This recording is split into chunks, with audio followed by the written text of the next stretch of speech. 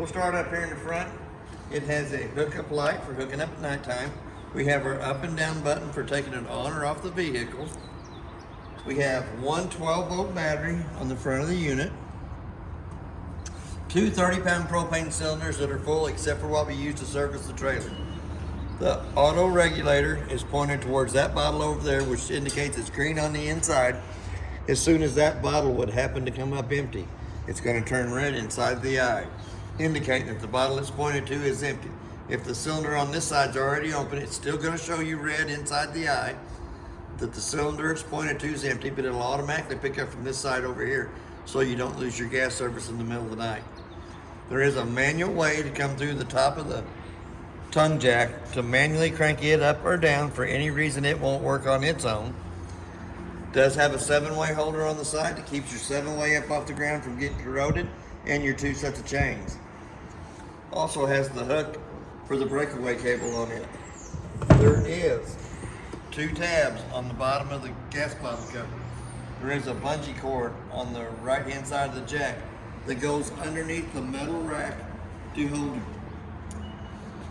propane bottle cover on in place.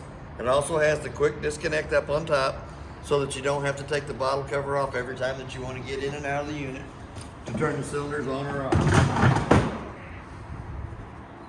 As we come around to the water fill compartment, the water fill compartment has your battery disconnect in it. It is in the on position now, so that if you want to save the juice that's left in your 12-volt battery, you'll turn that battery disconnect to the off position and pull to save the juice that's left inside the battery.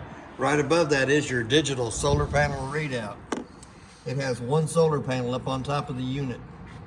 That's telling you that the solar panel is putting out 13.5 volts to the battery when the sun is out. We're going to come over to the water fill compartment. It does have a connection here in the bottom so you can bring your park cable hookup and satellite hookups through, or your water hoses, so that you can leave the big door shut.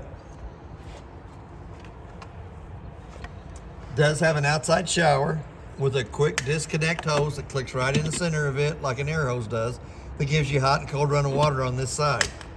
We also have our park cable hookup and our satellite hookup on the left hand side.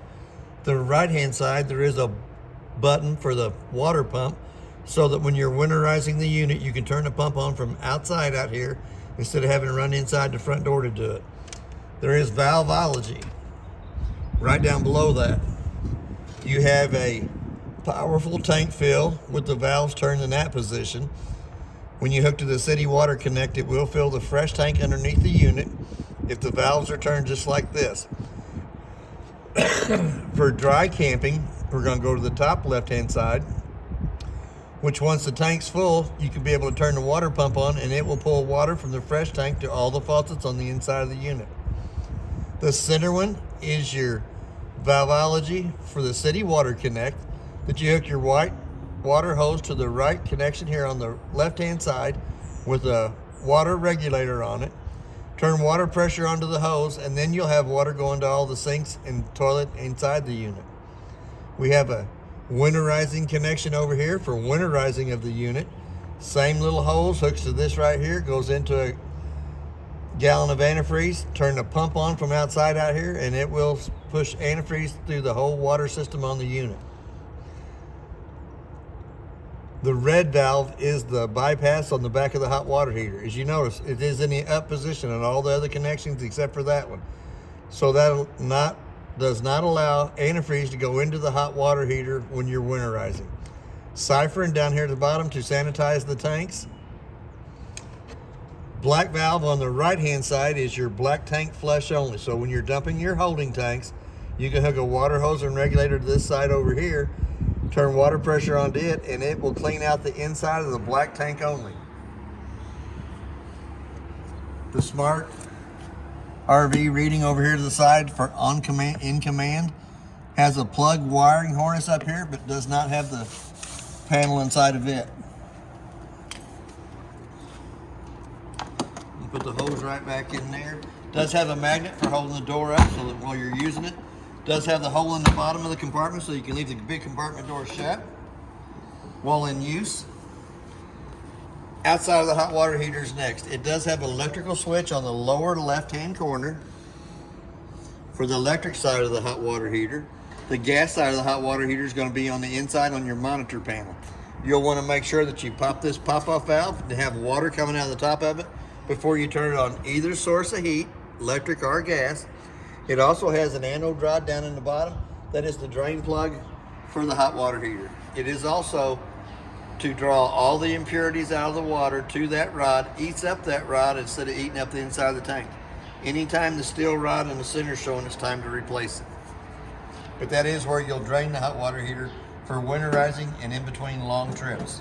And that's a 1 1/16 inch socket? Yes, 1 1/16 inch socket. Right down below here, there is the hot and cold side low water drain points of the system, and the big blue one is the freshwater tank drain. The blue one towards the front is for while you're filling the fresh tank. That is a vent tube to let air come out of the tank as it's filling to keep it from swelling up. As we walk down along the side, lug nuts have been torqued at 100 foot-pounds, so it's recommended on the side. The tires are air different pressure, which is 65 pounds on the side of that cold.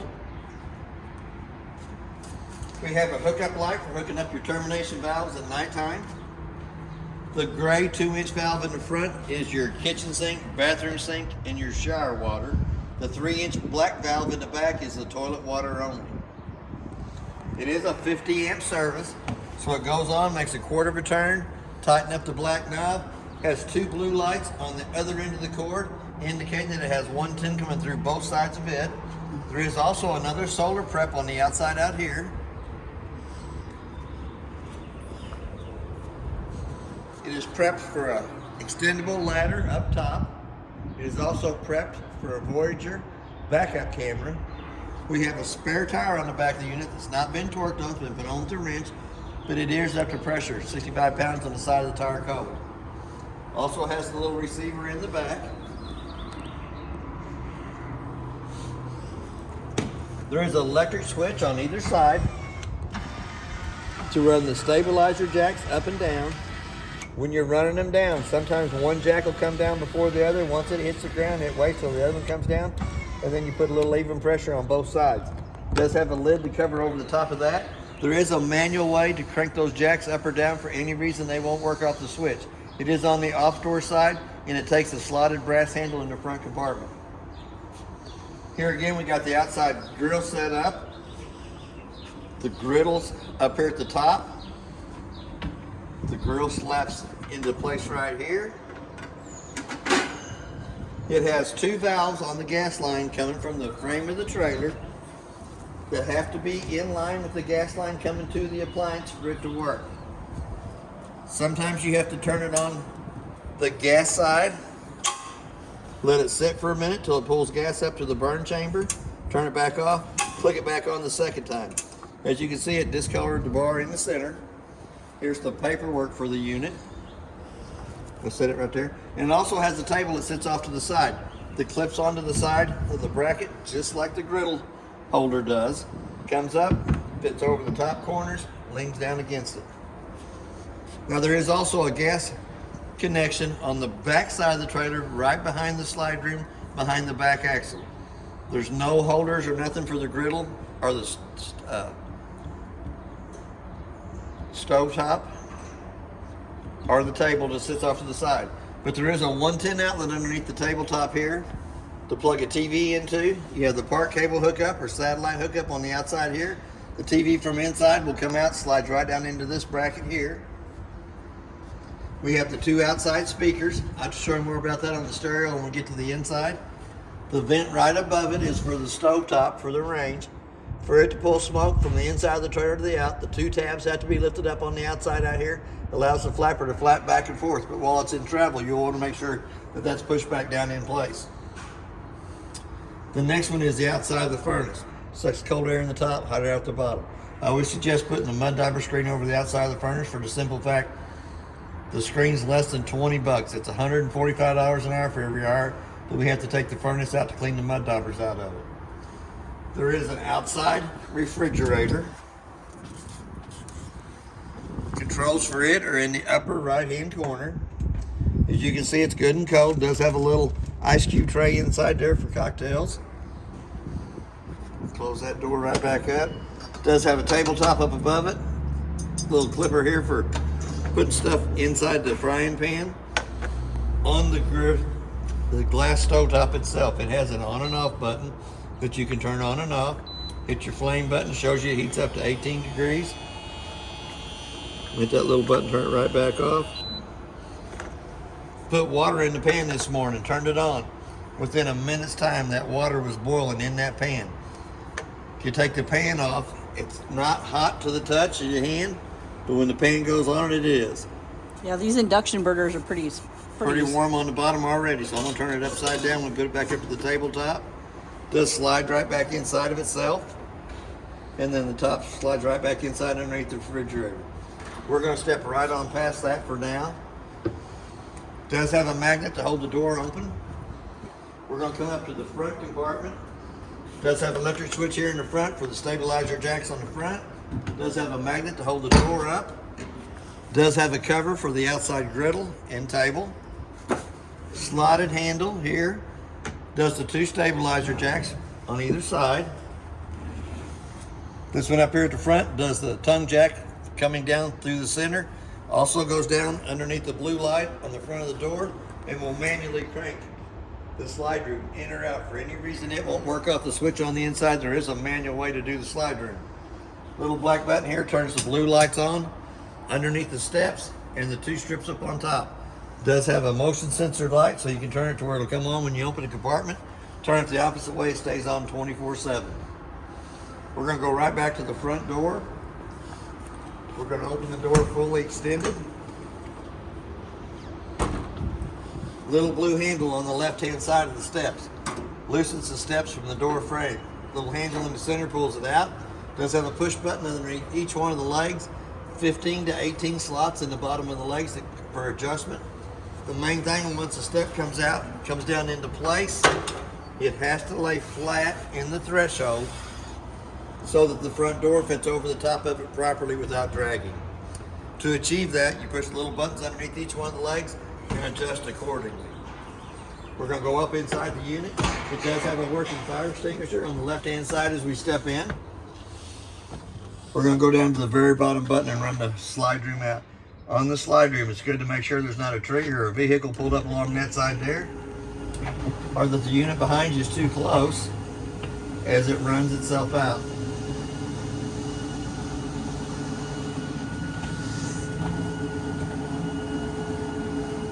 It is prepped for Wi-Fi up on the top. Get the little passcode and it'll tell you all about it. We're going to come down to the monitor panel itself. We're going to check the battery life, shows you fully charged.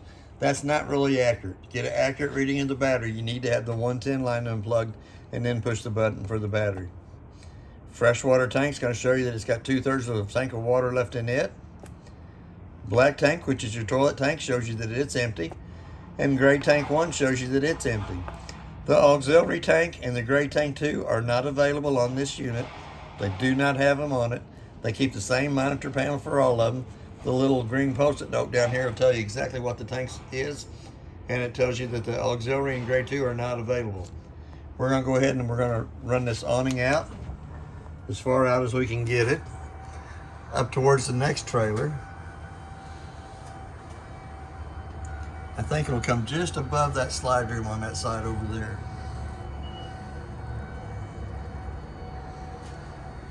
I think it's just about to hit it, ain't it? Getting close. We'll run it out that far. Each one of the arms has a pinch point that you can pull down on to change the pitch of the awning to front or back. Each one of the arms has a set of lights on it. That is your awning lights. We're going to come right down here. The top switch, flip switch, runs the awning, extends it out or retracts it. The one right down below it is for the LED lights on the side of the arms. We're going to come over to the first red button here. It is the pump switch that turns the water pump on between the freshwater tank and the faucets. The second one is the hot water heater itself. When you turn it on, the little door side fault light comes on. It's going to stay on for just about a minute. Once that little red light goes off, the hot water heater will go through 3 lighting processes to light on gas. For any reason the hot water heater does not light on gas, that little red light's going to come back on. The next 2 buttons beside it is for tank heaters underneath the tanks. Got 2 of those. Anytime those are on, it'll illuminate. I'm going to go ahead and turn that hot water heater off because it did light on the outside. Tank heater pads, when they're on, are illuminated red on the inside. This is your living room light that turns the 4 or 6 lights in the living room area on. The switch right down below it is for the slide room for going in and out. The in-command Smart RV Ready is prepped for it, but it does not have the controller on the outside in the front water compartment. The light switch here illuminates the light underneath the fireplace.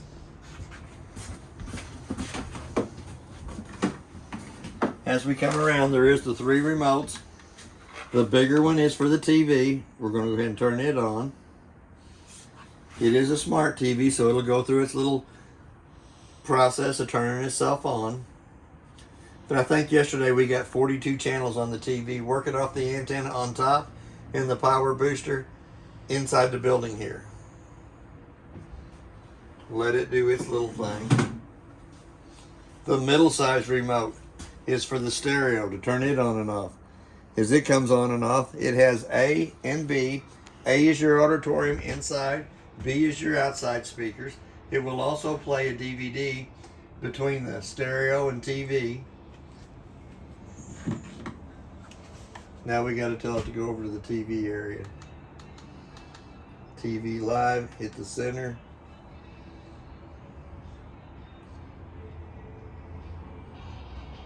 That TV station's about 80 miles away from here in St. Louis. That's not too bad of a picture. Working off the TV antenna on top of the unit and the booster that is in behind the TV. It's not too bad. Turn it right back off. We do have our outside speakers on. The B speakers are on the outside out there. But this stereo will also play a DVD between the stereo and TV. You have to use the mid-sized remote for operating the DVD player. We'll go ahead and I'll turn it right back off. The little bitty remote is for the fireplace. We're going to turn it on. It is a Celsius and Fahrenheit fireplace. You can change the color of the flames. You can run the temperature up and down. And you can press between 1 and 9 hours for the fireplace to run. Go ahead and we're going to kick it right back off. Since it started warming up, the little fan's going to run for just about 1 to 5 minutes. We're going to come over to the microwave. Pretty good sized microwave up top. I did warm my coffee up when I was servicing the trailer. But it also has a clock button that you can turn on. Let's say it's 11:30. Hit that clock button again, and the center to the 2 center eyes is solid. The only reason I set the time on the microwave is I can tell if the trailer has lost 110 power to it when I leave the trailer and come back to it if it does not have the proper time. First thing I usually do is check my refrigerator on the off-door side of the unit to make sure I didn't lose my food service. It does have a light for the stove top and a fan. For that fan to work properly, the 2 tabs on the outside hood has to be lifted up. Allows that flapper to flap on the outside. It does have a glass stove top on it. Little button on the right hand side of the stove turns illumination on the valves on. We're going to lift that glass stove top up 2 times up out of the way. We are going to turn the valve to where it says high light. Push down on the knob using the striker on the left hand side. Might have to let that run for just a minute. We're going to turn it to where it says highlight in the center. Light it. Push down on the knob where it says high and light the 3rd burner up on top. Let it run for just a minute. You ought to be able to let go of it. We're going to turn it off on the top. We're going to go to the oven side of it. We're going to open the door. We're going to hold down on the knob using the same striker at the top that lit the top burners. To do the striker here.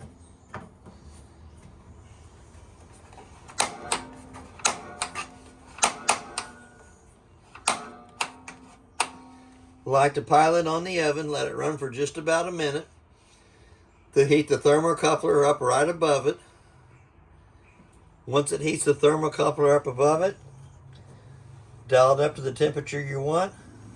Presto, the oven lit. Didn't have to pull out a long lighter or match. Take a chance on burning your hand or nothing.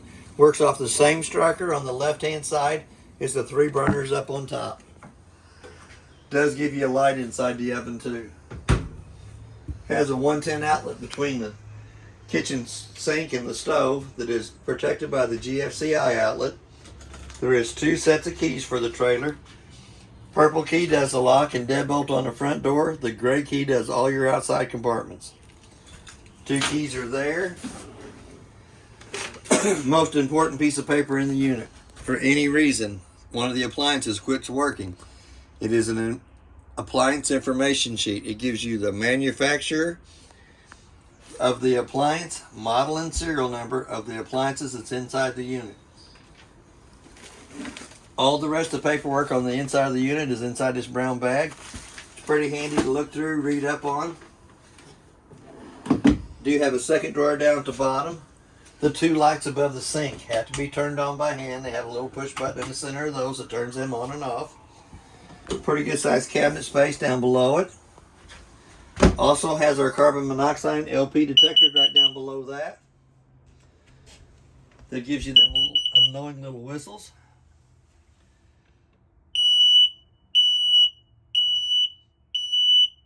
That's so you can determine between the LP and the carbon monoxide. In the breaker box, the breakers are marked on the lid down here, exactly what they are. Car fuses at the top, but your GFCI outlet does have a push button on the inside and this breaker in here that protects all the outlets inside and outside of the trailer. Car fuses are all marked on the top of the lid what they are according to wattage. I'm going to close that off. It has another 110 outlet to the right side of the kitchen sink. The brown vents on the cabinets brings heat into the unit. The round vents in the ceiling bring the AC into the unit.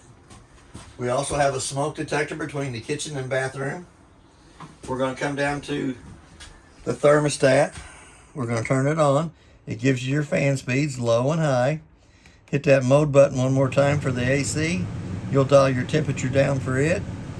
Hit that mode button one more time and it should say furnace. Hit it one more time and it should say off. On the furnace, you'll dial your temperature up. On the AC, you'll dial your temperature down. When you hit it to the off position, the furnace thinks that it's lit itself, so it's going to run 1 to 5 minutes before it shuts itself off. We're going to go into the bathroom area. It does have a light switch on the wall to turn the lights above us on. Also has a 110 outlet that is protected by that GFCI outlet in the breaker box. Pretty good size cabinet space to the left hand side.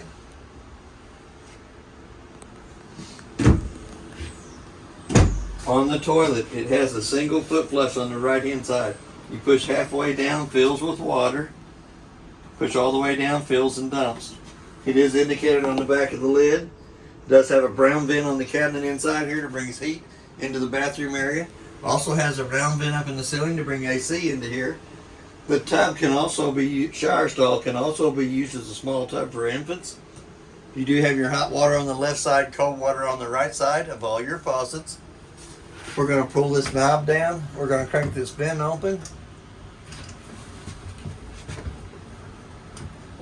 Once the vent's cranked open at the top, it has a fan button from 1 to 4 settings on it for pulling the moisture out of the bathroom while you're taking a hot shower.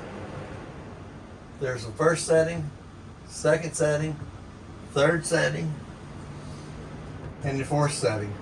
Or you can turn the fan off itself and just leave the vent open if you wanted to do it that way. But there is 2 vents in the ceiling to bring AC back into the master shower, and 1 brown vent that brings the heat into the bathroom area. Pretty good sized cabinet space underneath the sink. Lots of extra soap, toilet paper, paper towels. We're going to come out of there.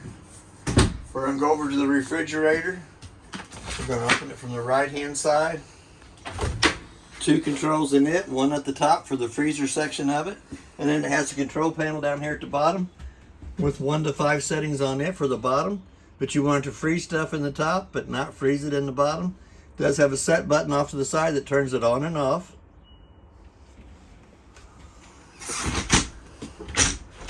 Pretty cool though. You can open it from the left side too, top and bottom. Just make sure you have it closed on the right side. Yes. I made that mistake. I did too.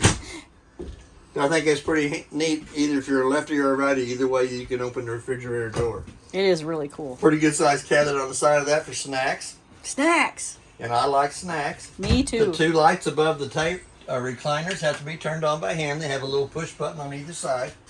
There is a little pedestal table that goes with each one of the recliners.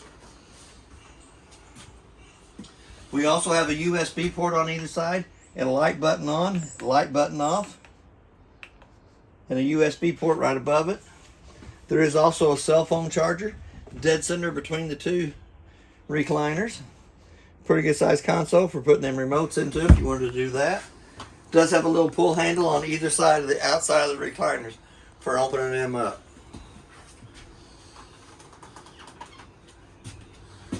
And I do use those. We're going to come into the master bedroom area. Does have a light switch on the wall that turns the two lights right above us on. The two above the pillows have to be turned on by hand. It has a second thermostat on the wall that is not hooked up. If the vent in the ceiling up here comes out, the second air is added there. It is wired for it, but it is not installed. We have a 110 outlet on either side of the headboard of the bed and a USB port over on this side here. Pretty good sized little closet on either side, but you can also access from the pillows. We have a fire escape window over here on this side. Red handle pulls up, lifts through. Red handle on the screen pulls the screen loose. Red handle here comes through, goes all the way through the bottom of the window frame for a fire access on the off door side of the unit. Or you can use it to let a little breeze in if you wanted to. It does have a slider window on the door side of the unit. We do have the slow rising shades on either side that you can pull down, pull against, let them come back up. There is storage up underneath the mattress. Pretty good sized box for storage, extra pillows and blankets. Snacks. Snacks.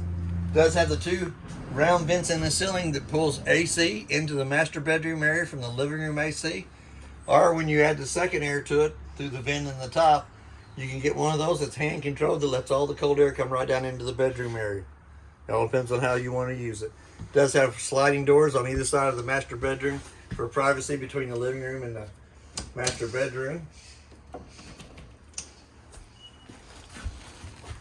And that's basically, does have a curtain that comes down, a shade that comes down in the front to cover up the front window. But that's basically everything on your unit. If you have any questions, I'll try to answer them the best that I can. Thank you for your time.